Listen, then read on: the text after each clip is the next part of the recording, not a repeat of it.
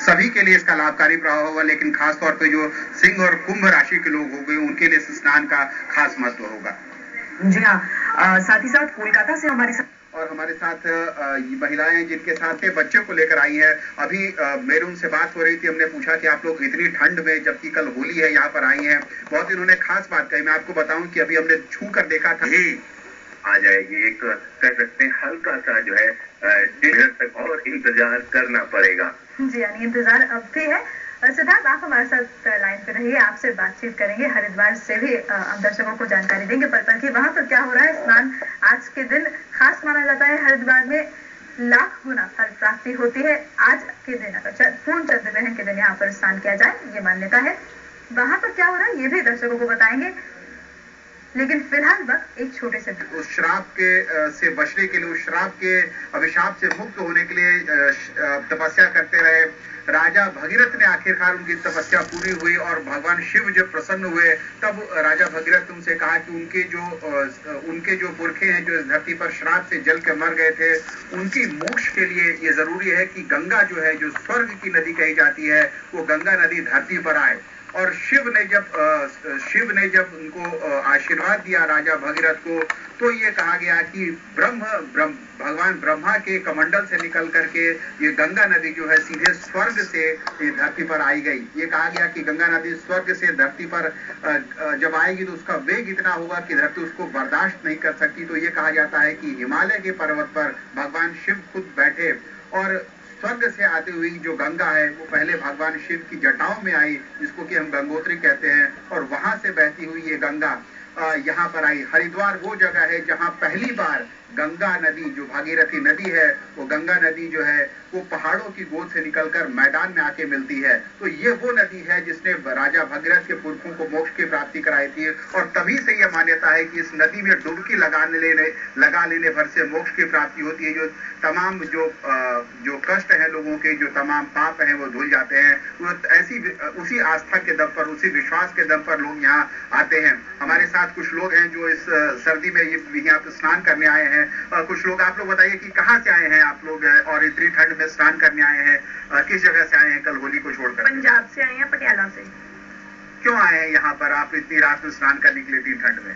क्या मानते हैं आप, क्या होगा यहाँ स्नान करने से?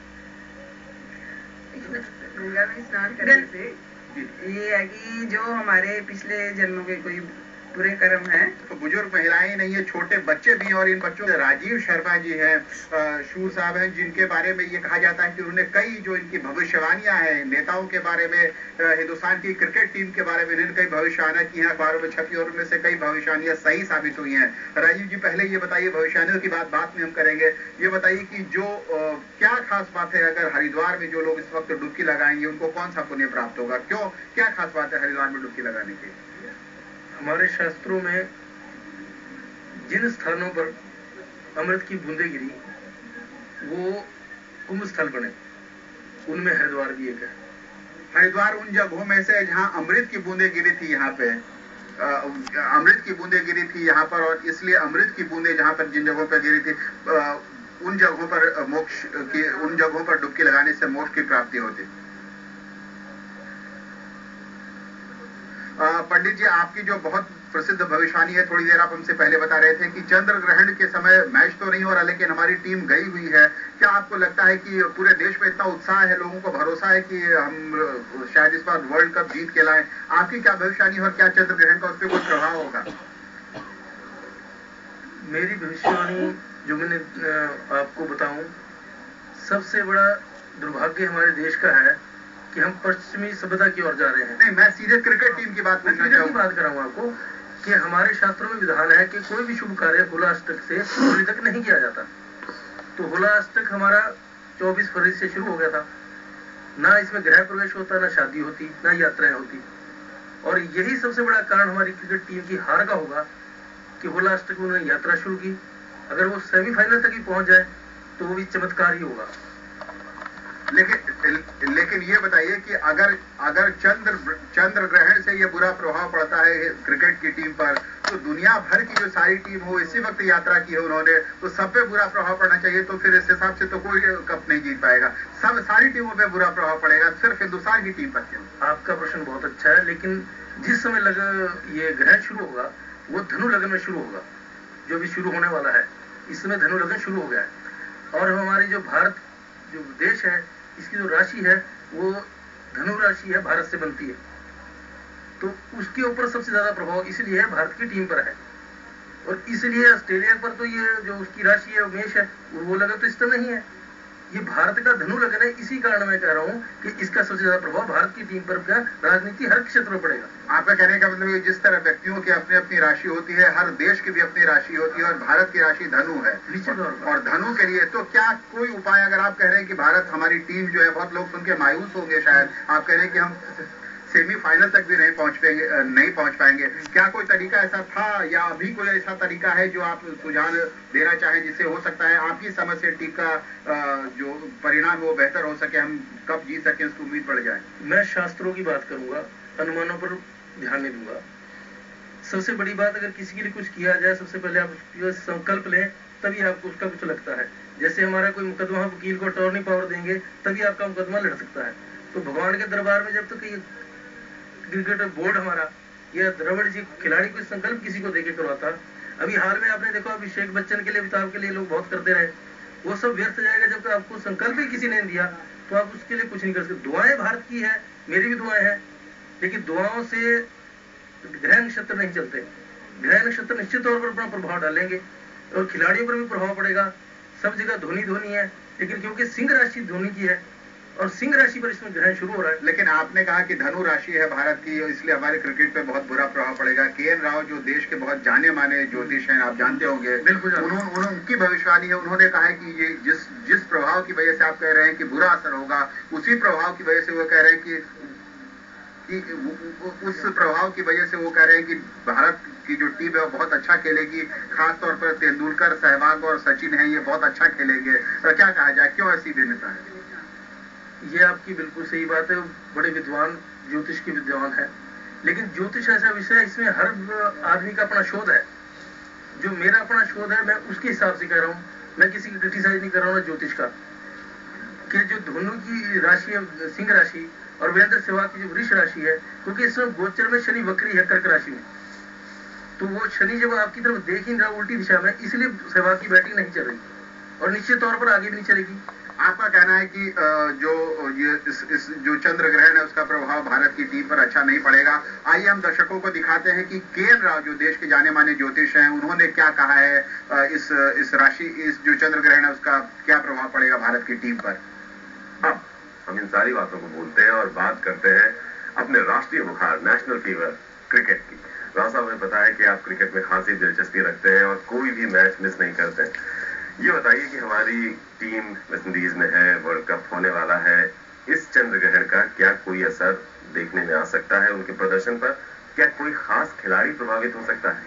मैं ये नहीं कहूंगा कि इनके ऊपर कोई बहुत बड़ा असर पड़ेगा। इतना बता दो, जिस खिलाड़ी को लेकर मीडिया वाले इतना पीछे पड़ गए, जिसको काफी परेशान किया सहवाग, वो अद्भुत प्रदर्शन करेगा। सचिन तेंदुलकर, धोनी और द्रविड़ भी। बाकी गांगुली के बारे में इसलिए नहीं कह सकता कि उनके डिटेल्स मेरे पास नहीं है। गांगुली के हैं आपके पास? गांगुली बहुत अच्छा करेगा। गांगुली अच्छा कर रहा है। गांगुली, तेंदुलकर, द्रविड़, धोनी, सहवाग। जी जी जी। तो इनमें से कोई न कोई मैच जिताता रहेगा। अच्छा, मतलब फाइनली क्या होगा ये भी कहना थोड़ा सा मुश्किल है। फाइनली कहना इसलिए मुश्किल है कि मुझे ऑस्ट्रेलिया और साउथ अफ्रीका की भी तो कुंडली बिल्कुल, क्योंकि न बाली कमजोर थे, न राम कमजोर थे, लेकिन वो तय ये भी करेगा कि ओपोनेंट के स्टार्स कितने मजबूत हैं। कैसे भी असर पड़ता है, मान लीजिए हमारे खिलाड़ी की कुंडली बहुत अच्छा इशारा कर रही है, लेकिन सामने वाले की ग्रह नक्षत्र उससे भी ज्यादा स्ट्रॉन्ग है। तो तुलनात्मक अध्ययन करना पड़ता है। तब तक ये नहीं कहा जा सकता कि फाइनली कौन जीतेगा, लेकिन हिंदुस्तान वाले अच्छा करेंगे। अच्छा करेंगे।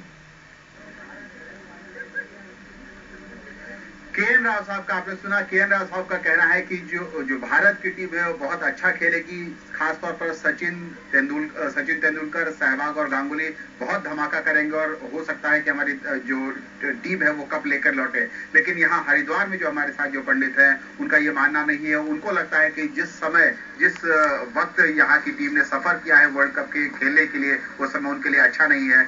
क्या नतीजा होगा ये देखते हैं कि वर्ल्ड कप जब होगा तब देखते हैं कि कौन से ज्योतिष है जिनकी बात सही साबित होती है। इसका इंतजार सबको रहेगा। फिलहाल वक्त एक छोटे से ब्रेक का है, देखते रहिए आज तक। जी उनसे पूछते हैं, पंडित जी ये बताइए कि कौन से लोग हैं, ये किस बात पर निर्भर करता है कि चंद्र ग्रहण है, उसका किस पर अच्छा प्रभाव होगा, किस आदमी पर, और किस पर उसका बुरा प्रभाव होगा? वैसे मैंने हमें ज्योग्राफी की है, मैं साइंटिफिक उससे भी आपको बताता हूँ कि हमारे ब्रह्मांड को ज्योतिष ने 12 राशि में बांट दिया है और वो प्लेनेट हर राशि का सिंबल है। तो वो जो ग्रहण है वो हमारे पृथ्वी पर अपनी जो रेज डाल रहा है, इसकी दूरी चंद्रमा की 4,66,490 किलोमीटर की लगभग दूरी है और ये उपग्रह माना जाता है। नहीं, आप ज्योतिष के हिसाब से हमें बताएं कि किन लोगों पर इसका अच्छा प्रभाव होगा, किन लोगों पर इसका बुरा प्रभाव होगा। वही मैं आपको बता रहा हूँ साइंटिफिक वे से भी कि जो राशि हमारी है, चलित राशि है, जो प्रभाव पड़ेगा सबसे ज्यादा तो सिंह राशि पर बताया ही मैंने आपको। इस पर ग्रहण लग रहा है, धनु लग्न में ग्रहण इस टाइम चल रहा है और मकर लग्न की ओर जा रहा है, तो इसका ज्यादा प्रभाव मकर लग्न पर भी पड़ेगा और मकर राशि पर भी पड़ेगा। और जो अच्छा ये नहीं हर सबके पर बुरा पड़ेगा। कौन से लोग हैं जिस पर इनका अच्छा प्रभाव पड़ेगा और किस तरह के अच्छे प्रभाव की उम्मीद कर सकते हैं लोग? साक्षात प्रमाण तो मैं आपको स्वयं देता हूँ कि तुला राशि पर है। मैं पंडित राजीव शर्मा, राजीव तुला राशि है, मैं आपके सामने आज तक से ही बात कर रहा हूँ।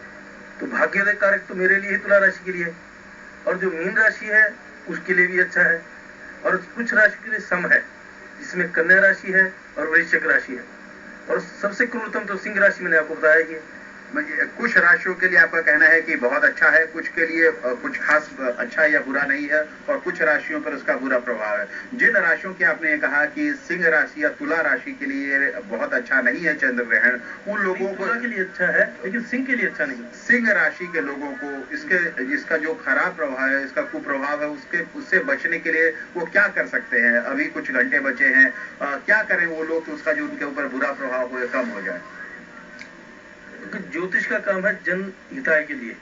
तो जो इस समय लोग देख रहे हैं वो सबसे पहले ये काम करें, 1 रुपए का सिक्का अपने ऊपर से उतार के रख लें अपने पास संभाल के, कहीं बहती नदी में सुबह उठ के वो डाल दें। अगर अभी भी जा सकते हैं किसी भी नदी के किनारे, गंगा किनारे, कहीं भी वो अभी जाके उसमें डाल दें, तो इसका प्रभाव, क्योंकि शनि का जो तत्व है लोहा है, धातु, और जल तत्व का कारक इसमें जो कर्क राशि है जिसमें वक्री शनि है, तो जल इसको अपने ऊपर से दूर लेके जाएगा।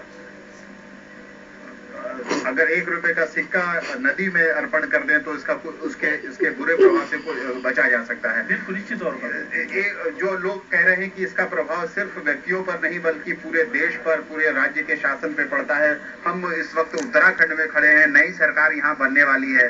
जो यहाँ की सरकार बनने वाली है, ये कहा गया लोगों को पता चला हमें कि जो चंद्र ग्रहण अभी हो रहा है, चल रहा है, उसकी वजह से ही शपथ ग्रहण जो समारोह है उसको आगे बढ़ाया गया। जो नई सरकार बन रही है इस राज्य की, उस पर क्या प्रभाव पड़ेगा इसका?